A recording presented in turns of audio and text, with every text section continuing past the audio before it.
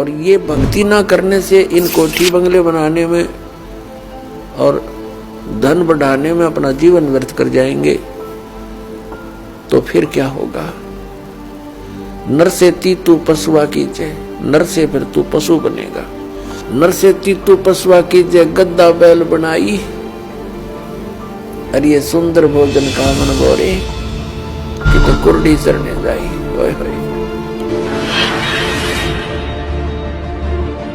जो भक्ति करना चाहते हैं, मोक्ष कराना चाहते हैं, तो उनको इन सब नियमों को फॉलो करना पड़ेगा जो बताए जाते हैं, क्योंकि वो भक्ति में बाधक है।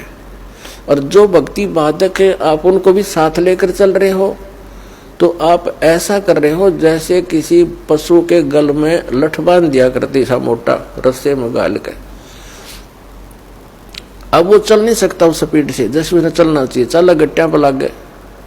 तो आप जी इन मर्यादाओं को पालन ना करके और भक्ति रूपी मार्ग पर चलने की चेष्टा करोगे, आप नहीं सफल हो सकते।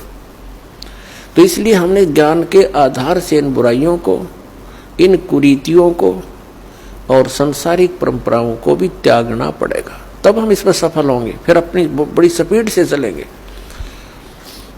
जैसे मकान बना लिया, ठीक है, आजकल परमात्मा ने दया कर रखी है, बढ़िया सुविधा आपको प्राप्त है, मकान बना लो, जैसा आवश्यक हो उतना ही, केवल उसी के लिए कि बढ़िया कोठी बनाऊं, लोगों का प्रशंसक बन जाऊं, ये हमारी अपनी सोच होती है, अध्यात्म मार्ग नहीं है। तो मकान बनाओ जितना आवश्यक हो और जितनी आपकी जेब अलाउड करती हो, आवश्यकता से अधिक खर्च मत करो। हमारे पूर्वज आपने देखे होंगे, हमने तो खूब याद है, झोंपड़ियों में टाइम पास करके कई कई पीढ़ी, उनका तो इतना काम है, एक चारपाई डालनी है आपने, चाहे 10 कमरों का मकान है आपका, एक कमरे में एक कोने में 3.5 बाई 3 बाई 7 फुट की जगह चाहिए आपने। घुटने तो घुड़िया तो मोकली है। कबीर साहब तक कहते हैं घर तो 3.5 हाथ और गढ़ा तो 4.25। कहे कबीर अधिका बना अधिका गहे, उसको नहीं विचार। ये मनुष्य की जो शरीर है 3.5 हाथ का होता है। परमात्मा कहते हैं आपने घर 3.5 हाथ की आवश्यकता है, घना बनाओ तो 4.25। अरे से फालतू बनावा है तो मूर्खता है तेरी। फिर भी परमात्मा का कहने का तात्पर्य है कि आवश्यकता से अधिक कोई भी वस्तु आप संग्रह करते हो, आपकी भक्ति का बाधक बनेगा, क्योंकि समय वेस्ट व्यर्थ जाएगा।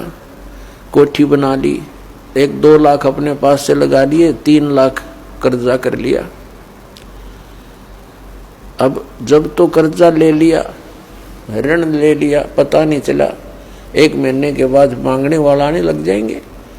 चैन गई, रात न नींद आवा नहीं, और भक्ति का भी नाश।